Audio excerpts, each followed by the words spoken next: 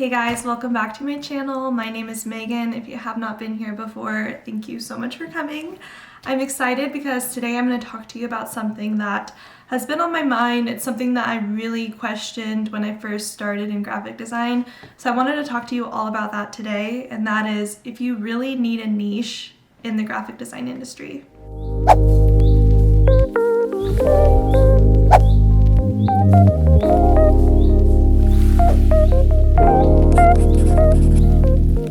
Okay guys, so this was something I struggled with in the beginning, and I don't really know why. I think it was because just our industry kind of makes you feel like you need to niche down to really target specific people. But I'm going to be honest here and say that I really don't think a niche is necessary, especially in the beginning. One of the things I love about design is that I get to work with so many different types of clients, so many different kinds of businesses, and that has really allowed me to grow. And if I were to have niche down in the beginning, I first wouldn't have gotten as many job opportunities, and I also would have been so limited and wouldn't really have gone out of my comfort zone to figure out what kind of person I really do want to work with. So when you're in the beginning, I say don't try and niche yourself, just go for your style, really focus more on your own personal brand and your own style, and those clients and customers that kind of fit into your brand will come to you. So don't focus too much on targeting photographers or targeting wedding planners or whatever it is. That can be an end goal, but I really think in the beginning you need to just go for it and not niche yourself, because you're really going to miss out on opportunities to maybe find a different path that you would have never known about if you didn't just brand yourself to that specific type of client. But instead of asking yourself in the beginning what kind of business you want to work with, whether that's weddings, like I said, photographers, if it's restaurants, if it's coffee shops, instead of trying to figure that out, what I would sit down and really try and figure out is who, as that person, do you want to work with? Are they going to be new businesses, startups, experienced businesses, really high-end companies? Figure out that kind of broad niching, not so much down to the very exact company type. Because once you start doing that, like I said before, that's really going to limit the opportunities that will come your way, especially if on your portfolio and your Instagram you're specifically only targeting coffee shops. Then bars or whatever might not want to reach out, because that is, you kind of just like shelled yourself into that specific niche and category. So I would really nail down and focus on the kind of person you want to work with. Maybe even bring it down to like their financials. So to do this, I would really sit with yourself and be like, okay, so I want to work with people that can pay this amount of money. I want to work with people that are around this age, and I want to work with someone that's really good at communicating and that is a little more technically advanced so that we can collaborate together. So that is an example of kind of my requirements of working with people. First off, I kind of weed the clients out that don't really fit into that kind of niched category by having them answer questions on my calendar. So before they even book a call with me, they know exactly what I'm looking for in terms of the budget, as well as my package options. And if they don't have either of those abilities, or they're not interested in either of those, then that instantly kind of like weeds out the people that don't really fit into my quote-unquote niche. So what I would really focus on, like I said, is the age, the type of person, maybe if they are technology, if they understand technology, they understand emails, they understand how to do all that. The reason I mention that is because it's going to be so important to really collaborate with that client, especially if you're doing a website design. You're going to want to be able to hop on screen recording, hop on screen shares, and kind of walk them through the designs. And if they are maybe older and they don't really have a computer, that's going to be a really difficult project for you. I mean, it's totally doable and you can definitely do it, but that's something you really need to consider and think about for yourself when choosing who to work with. So yes, but in the beginning, do not niche yourself, because you're going to miss out on paths and opportunities that you may have never known that you would love.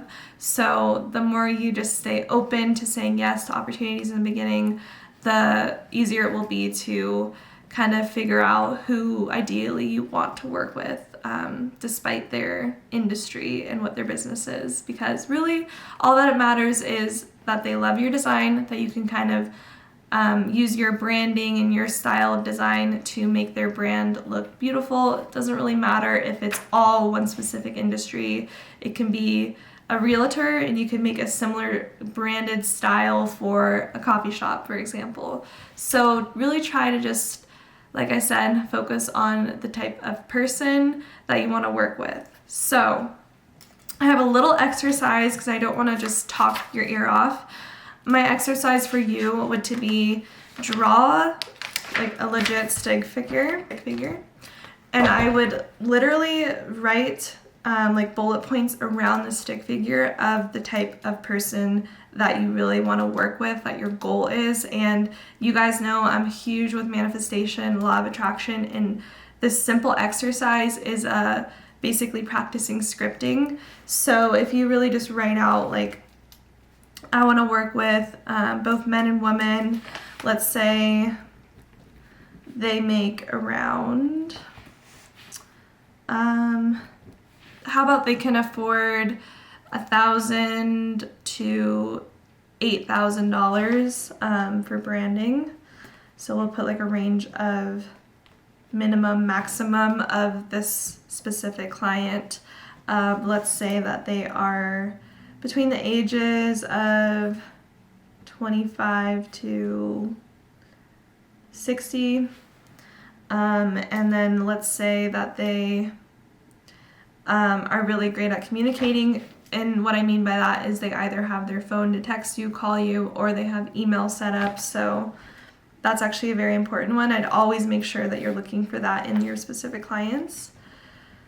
Email and text capabilities.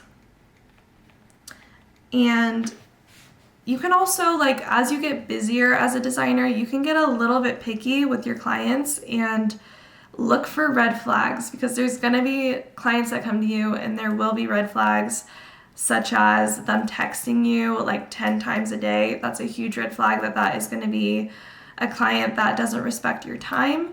But you also need to be really open with your client and let them know, like, these are my office hours and let's just keep communication over email. But really make sure that you are identifying those red flags and that you really know that type of person that you want to work with, because yeah, it's going to be a headache if you continue on with those types of people. But I would say draw out a stick figure like that, write different bullet points of exactly the person you imagine yourself working with, and just look out for that. But don't get super hung up on industry types, because literally your style and your brand is probably so moldable to so many different industries that truly doesn't matter. But if you really dream of working with wedding planners, then go for it. But don't limit yourself too much, because there's opportunities in so many different areas. But you can always have a goal and a dream to eventually work with that specific industry. And I think that's a beautiful thing as well. But if you were like me in the beginning and you're like wasting time, like, should I work with entrepreneurs, other designers, photographers, what should I work with? My biggest advice is to just go for it, and that kind of thing will come over time. I have been designing for almost 7 years, and I'm still working with very different businesses, such as realtors. I've worked with coffee shops. I have worked with candle shops. Like, there's so many businesses out there that need branding help. And I think that's one of the best parts about it, is working with different people and just making yourself available to different industries. So I hope that was helpful. I hope that this kind of helps you if you're kind of in the middle of like, do I target these things? Do I only show mock-ups of coffee shops on Instagram? Honestly, just go for it, and your niche will come through time, but don't force it, and just kind of get more picky with the type of person themselves. So I hope that was helpful. If you guys enjoyed this video, I would appreciate it so much if you gave it a thumbs up, subscribe down below, let me know what other questions you have, some topics. I'm happy to answer them, and I will see you guys in my next video.